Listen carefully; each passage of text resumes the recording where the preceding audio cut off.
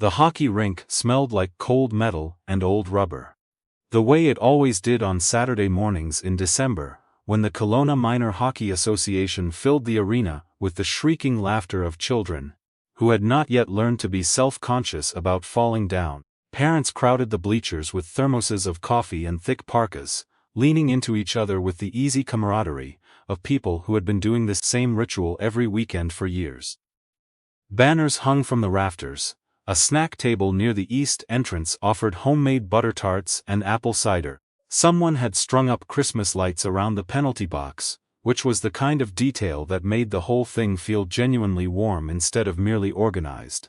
Across the ice, in the far corner of the bleachers, a little girl sat by herself. She was 7 years old, small for her age, with dark braids that her father had done that morning.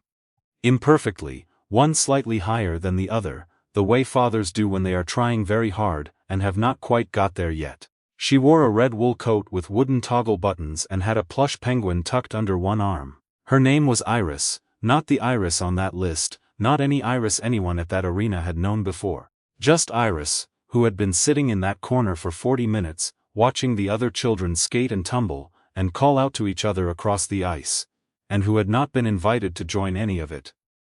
Her father was on the other side of the arena. His name was Lawrence Holt. He was 43 years old, broad-shouldered, with the kind of quiet face that gave nothing away, until it gave everything away all at once. He had moved to Kelowna from Halifax 18 months earlier, after his wife Meredith died of a brain aneurysm on an ordinary Tuesday in March, while Lawrence was at work and Iris was at daycare, and the world was still behaving as though nothing unusual was about to happen. He had taken the transfer because staying in Halifax meant walking past the coffee shop, where Meredith used to meet him for lunch every Friday, and past the park, where they had sat on a blanket the summer Iris was born, and past approximately 400 other ordinary places that had become unbearable. Kelowna was supposed to be a reset, a clean geography. He had been doing his best. Anyone who knew him would have said that, and meant it. But doing your best, when grief is involved, sometimes looks like standing on the wrong side of an arena, talking to your new regional manager about Q4 compliance targets, while your daughter sits alone across the ice, holding a stuffed penguin, and watching other children live inside a world she cannot quite find the door to. Lawrence had glanced over twice. Both times, Iris had given him a small wave, the kind that said "I'm fine" in the same tone that people use when they are not fine, but do not want to make a scene. He had taken it at face value because it was easier, and because Gareth, his regional manager, had a way of continuing a conversation that made it genuinely difficult to exit. Lawrence had told himself she was adjusting. She just needed time. He told himself that a lot. His daughter had started skating lessons 3 months earlier, at the suggestion of her school counselor, who had noticed that Iris spent most recesses sitting near the fence, watching other children, rather than joining them. The counselor had used the phrase, social withdrawal consistent with grief response, which was clinically accurate, and also one of the loneliest combinations of words Lawrence had ever heard applied to a 7-year-old. Skating lessons had seemed like a good idea. Physical activity, a team environment, kids her age. Saturday mornings gave structure to a weekend that otherwise had too much unscheduled time in it, and unscheduled time was where Iris went quiet in ways that frightened him. She had taken to the ice quickly. Meredith had been a skater. And something in Iris's body remembered it, even if she didn't know where the memory came from. But the lessons were one thing. The social architecture of the rink was another. There were friend groups already established, birthday party invites exchanged, inside jokes Lawrence couldn't decode. The other parents were friendly enough in the way of people who are genuinely nice but already full. Already saturated with their own friendships and schedules and weekend commitments. Iris had been on the periphery of all of it for 12 weeks. Lawrence noticed, he told himself it would pass. Kids found their footing. He had read this in 3 separate parenting articles, and one book with a lighthouse on the cover, that Meredith's sister had sent him. What the articles did not account for, was what it looked like from the outside. A small girl in a red coat, sitting alone in the corner of a bleacher, while everyone else moved in clusters around her, the space beside her, as conspicuous and uncrossed as a velvet rope. The woman who noticed first was not who anyone would have predicted. Her name was Sylvie Tremblay. She was 61 years old, recently retired from 32 years as a French immersion teacher at a public school in Penticton, and she had come to this particular rink on this particular Saturday, not because she had a grandchild in the program, she didn't, not yet, but because her neighbor's son had a game, and the neighbor had asked if Sylvie would mind dropping off a permission slip on her way through.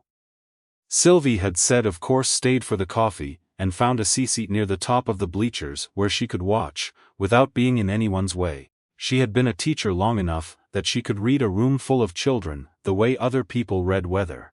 She spotted Iris within the first 4 minutes. Not because the child was crying, not because she was visibly distressed, but because of the particular way Iris was holding her penguin, not hugging it, just resting it on her knee with one hand flattened on top of it, the way you rest your hand on something to keep it from floating away. Sylvie had seen that posture in 32 years of classrooms. It was the posture of a child who was working very hard at not needing anything. She picked up her coffee cup, navigated her way down the bleacher steps carefully, and crossed the space between them. "That's a very serious-looking penguin," she said, sitting down one seat away from Iris. Close enough to be present, far enough not to crowd. "Does he skate?"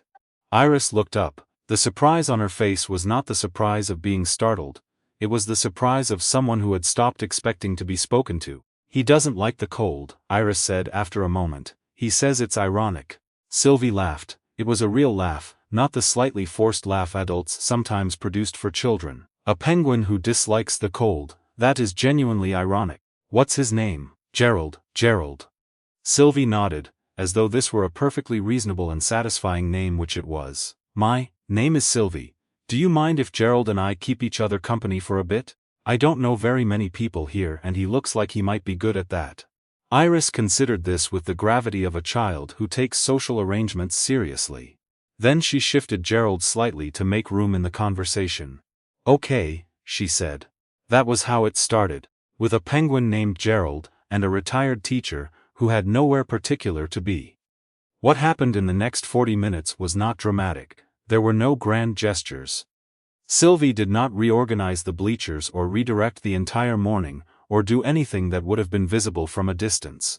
She simply sat beside Iris, and talked with her the way adults rarely talk with children. As though what the child was saying was actually interesting, as though the conversation had value beyond its function as a social lubricant. Iris told her about Gerald's complicated feelings regarding winter, about the book she was reading at school. Something involving a lighthouse and a very determined owl, about the fact that her dad made her braids, slightly uneven, but she didn't tell him, because he tried really hard. She said this last part with a matter-of-factness that was somehow worse than if she had said it sadly. Sylvie listened. She asked questions that were real questions, not placeholders. She did not say in that specific adult way, that means the adult has stopped paying attention. She looked at Iris when Iris talked. At one point, when a group of children ran past laughing, Iris's gaze followed them for a moment, before returning to the conversation. Sylvie noticed but did not comment on it directly. Instead she said, "You know, when I was your age I moved to a new city in November. Worst possible timing. Everyone already had their people." Iris looked at her. "What did you do?" "I found one person," Sylvie said, "just one, and I talked to her about a book I was reading, and that was enough to start." Iris absorbed this. "What was the book?" she asked. "I honestly can't remember," Sylvie admitted, "but I remember her name was Colette, and she had a gap between her front teeth and laughed at everything. We were friends until we were 47, and then she moved to Vancouver and now we text too much." This made Iris smile. It was a small smile, the cautious kind, but it was real. Lawrence saw it from across the arena. He had finally extricated himself from the conversation with Gareth. Something about Gareth's brother-in-law's renovation, which had lasted far longer than anyone needed it to. And he had looked over at the corner, where Iris was sitting, and stopped walking. There was a woman sitting beside his daughter. His first reaction was the alert, scanning one. "Who is this person? Should I be concerned?" which passed quickly when he saw Iris's posture. She was leaning forward slightly, like the way she leaned when she was telling someone something she found genuinely interesting. Gerald was still on her knee, but her hand had moved. She was gesturing with it now, drawing something in the air that Lawrence couldn't interpret from that distance. His daughter was talking. Really talking. Not the small careful talking she did at home, when he asked how her day was, and she said fine, in a voice that meant something more complicated than fine. Not the polite talking she did with Meredith's mother on Sunday video calls. The kind of talking that has momentum behind it. Lawrence stood at the edge of the bleacher aisle for a moment longer than he needed to, watching his daughter's face, and felt something shift behind his sternum. Something that was not quite relief, and not quite grief, but lived in the same neighborhood as both. He walked over slowly, not wanting to interrupt. Iris looked up when he reached them. "Dad, this is Sylvie," she said. "She knows a penguin joke but she says it's too cold for it right now." That's quite the endorsement," Lawrence said, looking at Sylvie. "I'm Lawrence, Iris's dad." Sylvie stood, and extended her hand with the directness of someone who had spent decades being the adult in the room. "Sylvie Tremblay, I was watching from up there, and your daughter was sitting alone, so I thought I'd come introduce myself. Hope that's all right." The simplicity of it caught him off guard. Not an apology, not an over-explanation. Just the honest account of what had happened and why. "More than all right," he said, and then, because it was true, and he had not said things like it often enough, "Thank you." Sylvie waved this away with the practiced efficiency of a woman who had been thanked by the parents of many children over many years, and never quite knew what to do with it. "She was telling me about a book with an owl in it. I had some opinions." "She has strong opinions about owls," Lawrence said. "Apparently we both do," Sylvie said. It was a good conversation. Later, after the session ended and children flooded off the ice, trailing snow and noise, Lawrence found himself standing near the snack table with Sylvie while Iris ate a butter tart with the focused attention she gave to anything she considered genuinely worth eating. He was not sure why he told Sylvie what he told her. He was not generally a man who told things to strangers. Grief had made him quieter, not more open, and he had assumed that was simply who he was now. A quieter version of a man who had once been more present, more available, more fluent in the ordinary exchanges that made up a life, lived alongside other people. But Sylvie had the quality, rare and valuable, of making silence feel comfortable enough that filling it became a choice rather than an obligation. And so he filled it. He told her about Meredith, about Halifax, about the move, about the counselor's phrase, social withdrawal consistent with grief response, and how he'd held those words in his head for months, trying to figure out what they required of him. Sylvie listened the way she'd listened to Iris, without the particular restlessness that afflicted people who were waiting for their turn to speak. When he finished, she was quiet for a moment. Then she said, "The hardest part of watching a child grieve is that you're grieving too, and the two of you are often at different places in it on any given day. You can't always meet each other where the other one is. That's not failure, that's just what it is." Lawrence looked at his coffee cup. "I've been trying to fix the practical things," he said. "The schedule, the activities. Getting her into programs, that's what we do," Sylvie said. "We're planners. We plan because it's the one thing we can actually control." She paused. "But sometimes, what they need is just for someone to sit beside them and ask about the penguin." Lawrence looked across the room at Iris, who had finished the butter tart and was now showing Gerald the empty wrapper as though presenting evidence. "Yeah," he said quietly, "I think you're right." He thought about what Sylvie had said for the entire drive home. Iris sat in the back seat with Gerald in her lap, looking out the window at the December gray of the Okanagan. And Lawrence tried 3 times to start a conversation, and each time found that the words he was reaching for were just slightly out of range. They got home. He made lunch, grilled cheese, which was one of approximately 4 things he had mastered since Meredith died. Iris ate at the kitchen table with a book propped against the fruit bowl. After a while, Lawrence sat down across from her with his own sandwich, and did not open his phone. Iris looked up. "You're not reading anything," she said. "No," he said, "I thought maybe we could just sit here." She considered this. "Okay," she said in the tone of someone who was open to the experiment. They ate. The kitchen was quiet except for the furnace and the wind off the lake, which was picking up the way it did in December, rattling the kitchen window in its frames. Lawrence had been meaning to get that fixed since September. "Dad," Iris said, after a while. "Yeah?" Sylvie said she was friends with someone for 39 years, and then they moved away and they just text now. She turned a page in her book without reading it. Does that happen? Like, do you just stay friends with someone for that long? Sometimes, Lawrence said. Not always, but sometimes. Iris turned the page back. Mom had friends like that. Lawrence felt the quiet shift in the room. He said, Donna, they met at summer camp, they were 14. Iris looked at him. Were they friends until Meredith died? Lawrence said, yes. Donna flew from Ottawa for the funeral. She stayed 4 days. Iris looked back at her book. She turned the page again, still not reading. I want a friend like that, she said, the kind that stays. Lawrence set down his sandwich. I know, he said. I know you do. The following Saturday Lawrence arrived at the arena, 40 minutes before the session started. He did not bring his phone into the bleachers. He told Gareth before they left the parking lot that he had to go sit with his daughter, which Gareth accepted with less resistance than Lawrence had anticipated, possibly because Lawrence had said it in a way that made it clear it was not open for negotiation. He sat next to Iris. Just that. He sat beside her with his coffee, and she had Gerald, and they watched the Zamboni do its slow, meditative laps, and Lawrence said, What do you think the Zamboni driver is thinking about?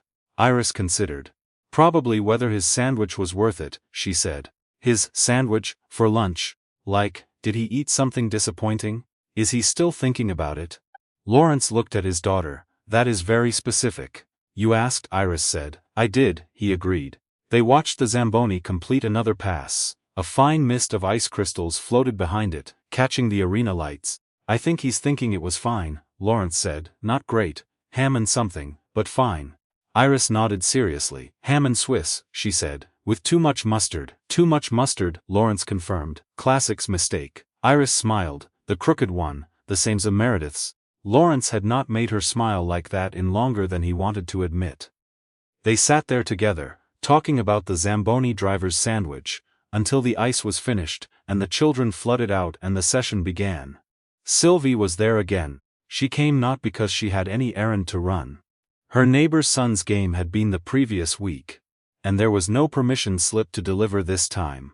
She came because she had been thinking about Iris all week. She came because 32 years in a classroom will do certain things to a person, will wire certain instincts into them that do not simply switch off when the retirement party is over, and the engraved clock is on the mantel. She had bought 2 hot chocolates at the concession stand on the way in. She found Lawrence and Iris in the middle of the bleachers and sat down, not at all as though this were unusual.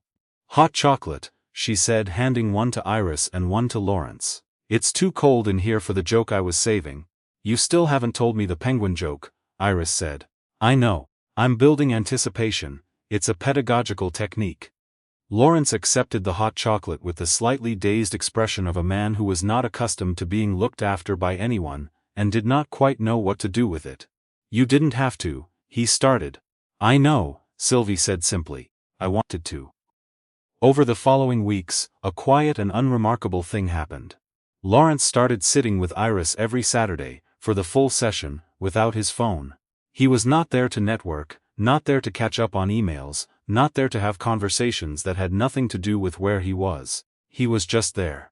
Present in the specific and unsexy way that presence actually requires, paying attention, responding, being interested in the Zamboni driver's lunch. Iris began talking more. Not all at once, not in some narrative arc, with a clear beginning and end, but incrementally, the way things that have been frozen begin to thaw. You don't see it happening in real time, you just notice one morning that the ground is different than it was. She told him about a girl in her skating group named Preethi, who had a very loud laugh, and was excellent at stopping suddenly on the ice, which Iris admired. She told him about a joke Preethi had made about the penalty box that Iris found funnier than she'd expected. She told him she had talked to Preethi during the water break, and that Preethi had asked about Gerald. Did you tell her about Gerald's position on Winter? Lawrence asked. Obviously, Iris said. She said her cat is the same way. Her cat hates winter but also hates summer. She thinks he's an indoor climate cat. An indoor climate cat, Lawrence repeated. That's very specific. Her cat's name is Mr. Persistent, Iris said. Why? Iris shrugged. She said he never gives up on getting what he wants. Mostly cheese. Lawrence laughed. A real laugh. The kind he had not produced in a while, the the kind that surprised him by its own existence. Iris noticed. She looked at him sideways with an expression that was evaluating something. "You should do that more," she said. "Laugh?" "Yeah," he looked at her. "I'm working on it," he said. Sylvie came most Saturdays. Sometimes she brought butter tarts, sometimes she just brought herself. She and Lawrence fell into the easy, slightly unlikely friendship of two people who would never have found each other under any other circumstance, but who had been placed, briefly, in the same corner of the same bleacher, and had been paying attention. She told him about her 32 years in the classroom, about the students whose names she still remembered, about the ones she'd lost track of, and thought about anyway. She told him about her daughter in Montreal, and her son who was doing something in tech in Waterloo, and called every Sunday with the slightly guilty regularity of a person who knows they could call more. Lawrence told her about Meredith. Not the facts of her death, those he had told dozens of times, and they had stopped meaning anything in isolation, but the facts of her life.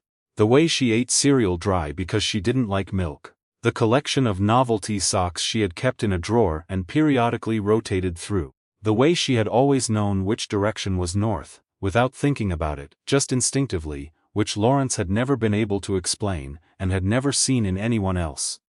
"She sounds wonderful," Sylvie said. She was, Lawrence said. She also had an inexplicable vendetta against the word moist, and would leave the room if someone said it. Sylvie considered this. "I respect that more than I should." She had principles, Lawrence said, very specific, very firm principles. He was smiling when he said it. He noticed this after the fact, the way you notice a change in light. In February, Iris's skating group held a year-end showcase, an informal thing, parents invited, each child doing a short individual skate to a song of their choosing. It was not a competition. It had the studied casualness of something designed to be low pressure, which mostly succeeded. Iris had chosen a song by Cœur de Pirate that Meredith had loved. She had not told Lawrence this when she picked it. He found out the morning of the showcase, when the program was emailed to parents, and he sat at the kitchen table and read the song title 3 times, before he was able to respond to the email. He drove her to the arena. He fixed her braids, still slightly uneven. He was improving but had not yet cracked the code, and zipped up her jacket and made sure Gerald was safely in the bag. He told her she was going to be great. She told him the Zamboni high driver looked like he'd had a difficult week. "Rough sandwich," Lawrence said. "Definitely," Iris agreed. She was third in the program. Lawrence sat in the bleachers with Sylvie on one side and an empty seat on the other side where he had put his coat, and he watched his daughter step onto the ice in her white skates and her blue practice dress, and when the music started. When the first notes of Meredith's song came through the arena speakers, he stopped breathing for a moment. Iris skated. She was not technical. She was not going to be recruited by any competitive program on the basis of this performance. But she was steady, and she was present, and when she turned at the far end of the ice she looked, for a moment, so precisely like her mother, that Lawrence felt the breath leave him completely, like a door opening in a room that had been sealed. He did not try to stop what happened next. He let it happen, let his eyes fill, let one tear go, let himself feel the size of what it was without trying to compress it into something manageable. Sylvie, beside him, said nothing. She simply put her hand over his briefly, once, the way people do when language is not the right tool for the moment. Iris finished her skate. She looked up into the bleachers, and found his face with the directness of a child who knows exactly where her parent is, and she raised one hand in a wave. Not the small careful wave that said "I'm fine," a different wave, bigger, the kind that says "I see you." Lawrence raised his hand back. After the showcase, in the lobby, while children collected medals, and parents traded phone numbers, and someone's younger sibling systematically dismantled a display of brochures near the door, Iris found Preethi, and the two of them compared their medals with the seriousness of people conducting a formal assessment. Lawrence watched them from a few feet away, one hand around a coffee cup, not joining but not leaving. Preethi said something he couldn't hear. Iris laughed. Not the cautious smile from December, a real laugh, with momentum, the kind that carried her forward. Sylvie appeared beside him with her coat over her arm. "There it is," she said quietly, looking at Iris. "Yeah," Lawrence said. "She has her feet now," Sylvie said. "It takes a minute but they find it." Lawrence nodded. He was still watching his daughter. Thank you, he said. I've said it before, and I know you brush it off, but I mean it. That first Saturday, if you hadn't gone over there, she would have found her way, Sylvie said. Children are more resilient than we give them credit for. She paused, but it goes faster when someone sits beside them, that part's true. Lawrence looked at her.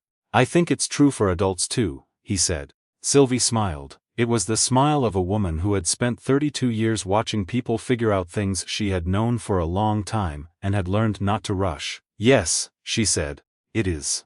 Spring came to Kelowna the way it always did, tentatively at first, then all at once, the lake going from pewter to blue in what seemed like a single morning. The cherry orchards east of the city bloomed in that extravagant, temporary way that people drove hours to see, which still surprised Lawrence every time. He had not expected to love it here. He had come for the fresh geography, and found slowly and despite himself, that the geography was working. Iris had started inviting Preeti over on Fridays. The two of them would take Gerald and Mr. Persistent. Preeti's mother dropped the cat off in a carrier, which was an extraordinary commitment, and which Lawrence deeply respected. And construct elaborate scenarios in the backyard, involving a game whose rules Lawrence could never quite parse, but which seemed to involve significant negotiation. He started fixing things he had been meaning to fix since September. The window. The gutter on the north side, that had been pulling away from the fascia. The drawer in the kitchen, that had never closed properly, since they'd moved in. He did not do this all at once but incrementally. On Saturday mornings when Iris was at skating, and he had an hour before he needed to be back at the arena. One thing at a time, he called Meredith's friend Donna. He had not called her since Christmas, and he had been carrying a low-grade guilt about it for 3 months. They talked for an hour and 40 minutes, Donna cried, Lawrence did not, but it was close. She told him a story about Meredith at age 16, that he had never heard, which seemed impossible after 12 years of marriage, and yet was true, and which he turned over in his mind for days afterward, like something valuable he had found unexpectedly, and did not want to put down. One Saturday in April, after the skating session, Lawrence took Iris to a bakery near the waterfront that Sylvie had recommended. It was the kind of place that had handwritten menus and mismatched chairs, and took its croissants seriously. They sat by the window and split an almond croissant and a butter tart and watched the lake. Iris had Gerald on the table, which the staff permitted without comment. Dad, Iris said. Do you think we're okay? Lawrence looked at his daughter. She was looking at the lake, not at him, which was how she asked the questions that mattered. I think we're getting there, he said. Iris considered this. She pulled a piece of almond off the croissant. Is getting there the same as being okay? Sometimes it's better, Lawrence said. Sometimes moving toward something is the whole point. Iris gave this the consideration it deserved. Gerald thinks so too, she said, after a moment. What does Gerald think? He thinks the cold was worth it. She looked up at Lawrence with the exact expression Meredith used to make, when she had said something she was quietly pleased with. He says it turns out he likes winter after all. He just needed the right company. Lawrence looked at his daughter, at the lake, at the particular quality of April light on the water that he had not seen in Halifax and had not expected and would not trade now for anything. Yeah, he said softly. That's it exactly.